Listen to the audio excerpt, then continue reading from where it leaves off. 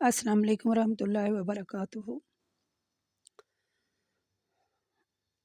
نحمدہ ونصلی علی رسولہ الکریم، اما بعد فاعوذ باللہ السمیع العلیم من الشیطان الرجیم من ہمزہ ونفخہ ونفثہ۔ اللہم صلی علی محمد وعلی آل محمد کما صلیت علی ابراہیم وعلی آل ابراہیم انک حمید مجید۔ اللہم بارک علی محمد وعلی آل محمد کما بارکت علی ابراہیم وعلی آل ابراہیم انک حمید مجید۔ رب اشرح لی صدری ویسر لی امری واحلل عقدۃ من لسانی یفقہوا قولی۔ اپنا سبق شروع کرتے ہیں۔ سورۃ مومنون پر ہمارا سبق تھا آیت نمبر 78 سے۔ بسم اللہ الرحمن الرحیم۔ وَهُوَ الَّذِي أَنشَأَ لَكُمُ السَّمْعَ وَالْأَبْصَارَ وَالْأَفْئِدَةَ قَلِيلًا مَا تَشْكُرُونَ۔ وَهُوَ الَّذِي ذَرَأَكُمْ فِي الْأَرْضِ وَإِلَيْهِ تُحْشَرُونَ۔ وَهُوَ الَّذِي يُحْيِي وَيُمِيتُ وَلَهُ اخْتِلَافُ اللَّيْلِ وَالنَّهَارِ أَفَلَا تَعْقِلُونَ۔ بَلْ قَالُوا مِثْلَ مَا قَالَ الْأَوَّلُونَ۔ یعنی اللہ تبارک و تعالیٰ، یہ جو آیات ہیں، اللہ کہتے ہیں اور وہ اللہ ہے جس نے تمہارے کان، تمہاری آنکھیں اور تمہارا دل بنائے، لیکن تم شکر کم ہی کرتے ہو۔ اس آیت کو آپ ہائی لائٹ کیجئے گا اور یاد رکھیے گا، یہ بڑی پیاری آیت ہے۔ وہی ہے جس نے تم کو زمین میں پیدا کیا، پھر تم سب اس کے پاس جمع کیے جاؤ گے۔ وہی ہے جو تمہیں زندہ کرتا ہے اور مارتا ہے، اور دن رات کا ایک دوسرے کے پیچھے آنا جانا اس کی قدرت کی نشانیاں ہیں۔ تو کیا تم اتنا نہیں سمجھتے کہ یہ جو اللہ کام کر رہا ہے وہ دوبارہ بھی زندہ کر سکتا ہے؟ لیکن حقیقت یہ ہے کہ جو بات اگلے لوگ کہتے تھے، اس جیسی بات یہ بھی کہہ رہے ہیں۔ یہ لوگ کہہ رہے ہیں کہ جب ہم مر جائیں گے اور مٹی ہوئی ہڈیاں بن جائیں گے تو کیا واقعی ہم دوبارہ اٹھائے جائیں گے؟ یہ بات ہم سے بھی کہی جا رہی ہے اور ہم سے پہلے ہمارے آباء و اجداد سے بھی کی گئی تھی، لیکن یہ ہے کچھ نہیں، بس قصے کہانیاں ہیں۔ اور اے رسول، آپ ان سے پوچھئے کہ زمین اور بستیاں جو ہیں، ان سب کا مالک کون ہے؟ اگر تم جانتے ہو تو بتاؤ۔ یہ لوگ جواب دیں گے سب کا مالک اللہ ہے۔ تو آپ ان سے پوچھیں پھر تم نصیحت کیوں نہیں حاصل کرتے؟ ان سے پوچھیں بتاؤ ساتوں آسمان اور عرش عظیم کا مالک کون ہے؟ تو یہ جواب دیں گے اللہ ہے۔ تو آپ ان سے کہیں پھر اللہ سے کیوں نہیں ڈرتے؟ اس کے ساتھ شرک کیوں کرتے ہو؟ اور اے رسول، آپ ان سے یہ بھی پوچھئے کہ ہر چیز کی عظیم الشان بادشاہت کس کے ہاتھ میں ہے، اور وہ کون ہے جو پناہ دے سکتا ہے؟ یہ اس کے مقابلے میں کوئی پناہ نہیں دے سکتا۔ یا اگر تم جانتے ہو تو بتاؤ۔ یہ جواب دیں گے کہ ایسی بادشاہت تو اللہ کی ہی ہے۔ پھر ان سے پوچھیں کہ تم پر جادو کیسے ہو سکتا ہے؟ ان سے پوچھیں کہ جادو کیسے ہو سکتا ہے پھر تم پر؟ تو اے رسول، ہم نے ان سے کوئی بات جھوٹ نہیں کہی، بلکہ ہم نے ان کو کلمہ حق پہنچایا ہے، بلکہ وہ خود ہی جھوٹے ہیں۔ اور آپ کہہ دیجئے اللہ تعالیٰ نے اپنی کوئی اولاد نہیں بنائی اور نہ اس کے ساتھ کوئی الہ بنایا ہے، اور اگر ایسا ہوتا تو ہر الہ اپنی مخلوق کو لے کر چل دیتا اور ایک دوسرے پر چڑھ دوڑتا۔ جو کچھ ہی اللہ کے متعلق کہتے ہیں، اللہ اس سے پاک ہے۔ سبحان اللہ عما یصفون، عالم الغیب والشہادۃ فتعالی عما یشرکون۔ وہ پوشیدہ اور ظاہر کا جاننے والا ہے، اور جو شرک یہ کر رہے ہیں اس سے وہ بلند و بالا ہے۔ عالم الغیب یعنی وہ غیب کی باتیں جانتا ہے۔ یعنی ان آیات میں اللہ تعالیٰ نے قیامت کے دن دوبارہ زندہ کیے جانے کے دلائل بیان کیے ہیں۔ ابھی آپ یہ یعنی پیچھے بھی ہم پڑھ رہے ہیں، دوبارہ زندہ کیے جانے کے جو دلائل تھے ہم نے پیچھے پڑھے، لیکن ان آیات میں اللہ تعالیٰ نے ہر بات واضح طور پر کھول کر بیان کر دی ہے۔ ٹھیک ہے، یہ اللہ تعالیٰ نے کہا ہے نا اس آیت میں وَهُوَ الَّذِي أَنشَأَكُمْ السَّمْعَ وَالْأَبْصَارَ وَالْأَفْئِدَةَ، یعنی اللہ تعالیٰ نے تمہارے کان، تمہاری آنکھیں اور تمہارا دل بنائے ہیں، لیکن تم شکر نہیں کرتے۔ اور انسان کیا ہے؟ واقعی شکرا ہے، شکرا ہی ہے نا، شکروں جیسی باتیں کرتا ہے نا۔ یہ کوئی قصے کہانیاں وہ جو پہلے لوگوں کے ساتھ ہو گئے تھے، وہ قصے کہانیاں سنانے کا مقصد یہ ہے کہ جو کچھ ان کے ساتھ ہوا پھر ان پر عذاب بھی تو آئے۔ سورۃ النابیہ میں بھی ہم نے پڑھا اس کے بارے میں کہ اللہ نہ کوئی اللہ کی اولاد ہے، وہ اس سے پاک ہے، وہ عرش عظیم کا مالک ہے۔ سب کچھ زمین اور آسمان میں اور جو کچھ ان کے درمیان میں اور جو کچھ آسمان کے اوپر سب کچھ اللہ کا ہے، اور کائنات کو صرف اللہ ہی چلا سکتا ہے۔ کہیں کوئی خرابی نظر آتی ہے؟ آسمان زمین پھر کے دیکھ لیں، زمین پر چال پھر کے دیکھ لیں جہاں مرضی، کوئی ستون نظر آتا ہے؟ اللہ نے زمین بچھا دی، پھر اللہ نے آسمان بنایا، پھر زمین بچھائی، تو پھر اللہ تعالیٰ نے اس پر پہاڑ رکھ دیے کہ کہیں یہ زمین ڈگمگائے نہ انسانوں کو لے کر۔ ایسا کون کر سکتا ہے؟ لیکن اس کے باوجود بھی جو لوگ شرک کر رہے ہیں، پھر اللہ ان سے پوچھے گا پہلے لوگ بھی ایسے ہی تھے۔ کلو ربی اما تورینی ما یوعدون رب فلا تجعلنی فی القوم الظالمین۔ یعنی اللہ تبارک و تعالیٰ کہتے ہیں کہ اے رسول آپ اس طرح دعا کیجیے، اے میرے رب اگر تو مجھے وہ عذاب جس کا وعدہ ان کفار سے کیا جا رہا ہے میری زندگی میں دکھا دے تو اے میرے رب مجھے ان ظالم لوگوں میں شامل نہ کرنا۔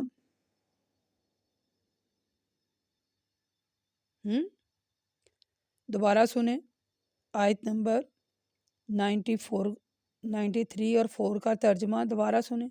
اے رسول صلی اللہ علیہ وآلہ وسلم آپ اس طرح دعا کریں، اے میرے رب اگر تو مجھے وہ عذاب جس کا وعدہ ان کفار سے کیا جا رہا ہے میری زندگی میں دکھا دے تو اے میرے رب مجھے ان ظالم لوگوں میں شامل نہ کرنا۔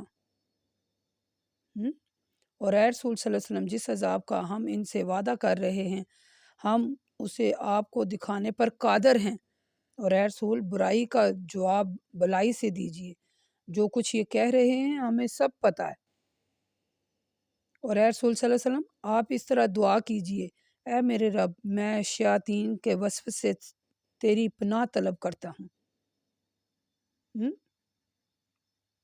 شیاطین کے وسوسے سے تیری پناہ طلب کرتا ہوں، اور اے میرے رب میں تیری مثلا پناہ طلب بھی کرتا ہوں اس بات سے کہ وہ میرے پاس آئیں۔ اور اے رسول یہ کفار تو ماننے والے نہیں، یہاں تک کہ جب ان میں سے کسی کو موت آئے گی تو وہ کہیں گے اے رب مجھے دنیا میں واپس بھیج تاکہ جس دنیا کو میں چھوڑ کر آیا ہوں اس میں اب جا کر نیک عمل کروں۔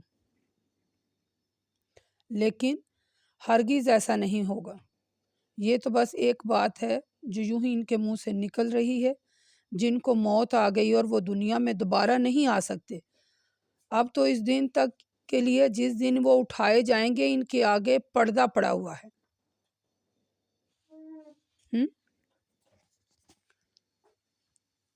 ٹھیک ہے، ان کے آگے پردہ پڑا ہوا ہے۔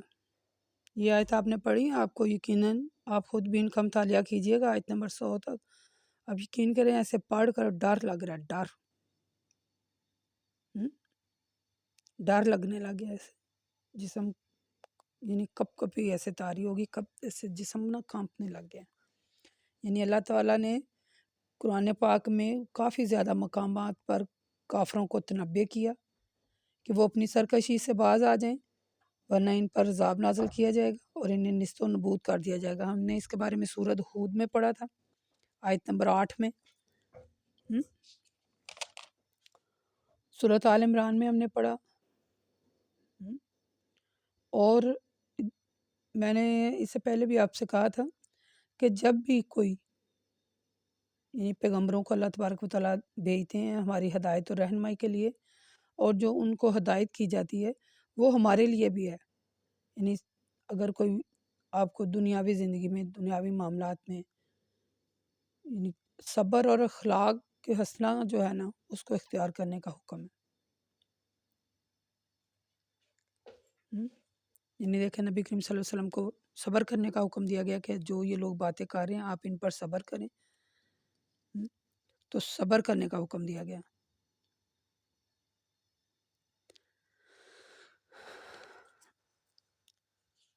اب یہ آیات جو ہیں ان کا دوبارہ خود بھی مطالعہ کیجیے گا، دوبارہ ان کا ترجمہ خود بھی پڑھیے گا، ٹھیک ہے۔ اللہ تعالیٰ کہتے ہیں فَإِذَا نُفِخَ فِي الصُّورِ فَلَا أَنْسَابَ بَيْنَهُمْ يَوْمَئِذٍ وَلَا يَتَسَاءَلُونَ۔ پھر جب سور پھونکا جائے گا تو لوگ آپس میں نہ رشتوں کا لحاظ کریں گے اور نہ وہ ایک دوسرے کے لیے پریشان ہوں گے۔ اس دن تو بس جن کی تولیں بھاری ہوں گی وہی فلاح پائیں گے، اور جن کی ہلکی ہوں گی یہ وہ لوگ ہوں گے جنہوں نے خود اپنا نقصان کیا اور اب وہ ہمیشہ دوزخ میں رہیں گے۔ آگ ان کے چہروں کو جھلسا دے گی اور وہ اس آگ میں اس حالت میں ہوں گے کہ ان کے چہرے بگڑے ہوئے ہوں گے۔ اللہ ان سے کہے گا کیا میری آیتیں تم کو پڑھ کر نہیں سنائی جاتی تھیں؟ ضرور سنائی جاتی تھیں، لیکن تم ان کو جھٹلاتے تھے۔ وہ کہیں گے اے ہمارے رب ہم پر ہماری بدبختی غالب آ گئی اور واقعی ہم گمراہ ہو گئے، اور اے ہمارے رب ہمیں اس سے نکال دے، اب ہم ایسا نہیں کریں گے، پھر اگر ہم ایسا کریں گے تو واقعی ہم ظالم ہیں۔ اللہ فرمائے گا دور ہو جاؤ، اسی میں پڑے رہو، اب مجھ سے بات نہ کرو۔ میرے بندوں میں ایک جماعت تھی، اس جماعت کے لوگ اسی طرح دعا کرتے تھے اے ہمارے رب ہم ایمان لائے لہٰذا ہمیں بخش دے اور ہم پر رحم فرما، تو سب سے بہترین رحم فرمانے والا ہے۔ تم نے ان کا مذاق بنا رکھا تھا یہاں تک کہ تم نے میری نصیحت کو نہیں مانا اور ان سے مذاق اور دل لگی کرتے رہے۔ آج میں نے ان کو ان کے صبر کا بدلہ دیا ہے، بے شک آج وہی لوگ کامیاب ہیں۔ پھر اللہ ان سے پوچھے گا کہ بتاؤ تم زمین میں کتنے سال رہے؟ وہ کہیں گے ہم ایک دن یا ایک دن کا کچھ حصہ زمین میں رہے۔ آپ گننے والوں سے پوچھ لیجئے، صحیح علم نہیں ہے ہمیں۔ اللہ فرمائے گا تم زمین میں بہت ہی کم رہے، کاش تمہیں اس کا علم ہوتا۔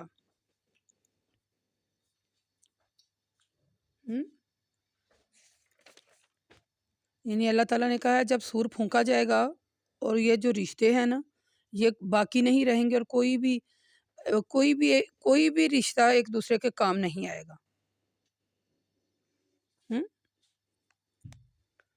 قیامت کے دن نہ کوئی کسی کو نہ کچھ پوچھے گا، بس وہاں ایمان والے جو ہیں جنہوں نے نیک عمل کیے وہی لوگ اس دن فلاح پائیں گے، اور جو لوگ ایمان نہیں لائے اور کفر پر زندگی بسر کرتے رہے انہوں نے اپنا نقصان خود ہی کیا ہے اور وہ ہمیشہ دوزخ میں رہیں گے۔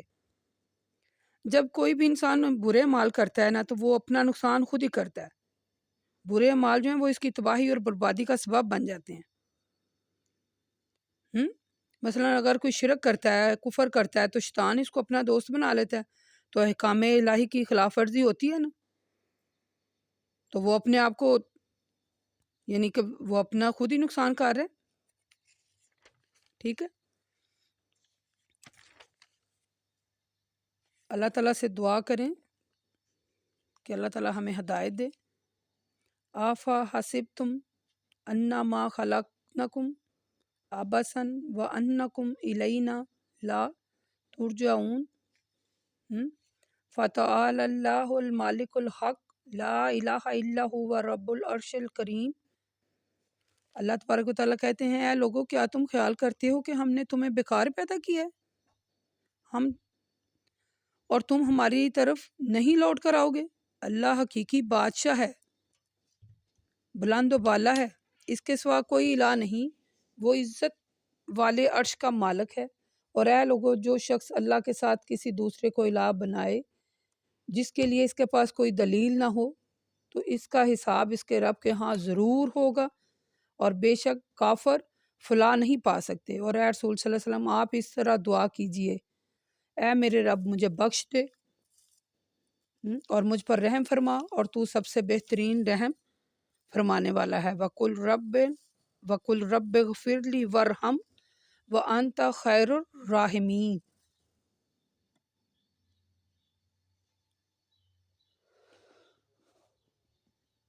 یعنی جو کافروں کا عقیدہ ہے کہ نہ قیامت ہوگی اور نہ ہی وہ دوبارہ انہیں زندگی ملے گی اور نہ ہی وہ دوبارہ اٹھائے جائیں گے، تو یہ آیات جو ہیں نا، ان میں اللہ تعالیٰ نے کہا ہے کہ قیامت بھی ہوگی اور وہ لوگ اٹھائے بھی جائیں گے اور ان کا حساب کتاب بھی ضرور ہوگا انشاءاللہ۔ تو یہ سورۃ مومنون کی آیت نمبر 18 ایک آخری آیت تھی، یہ ایک دعا تھی جو اللہ تعالیٰ نے نبی کریم صلی اللہ علیہ وسلم کو سکھائی، اور یہ ہمارے لیے بھی بڑی اہم آیات ہے۔ دعا، اس کے ذریعے دعا کریں، ٹھیک ہے۔ اللہ تعالیٰ سے دعا کرتے ہیں، یا اللہ ہمیں بخش دے اور ہمیں نیک عمال کرنے کی توفیق عطا فرما، اور ہمارے گناہوں سے درگزر فرما۔ اور اے میرے اللہ، یہ جو میرے پڑھنے میں، بولنے میں، سمجھنے میں اور پڑھانے میں اگر کوئی غلطی کوتاہی ہو جاتی ہے تو یا اللہ میری پکڑ نہ فرمان، مجھے معاف کر دیں، بے شک تو بہترین معاف کرنے والا ہے۔ وقول قولی ھذا استغفر اللہ۔ السلام علیکم ورحمۃ اللہ وبرکاتہ۔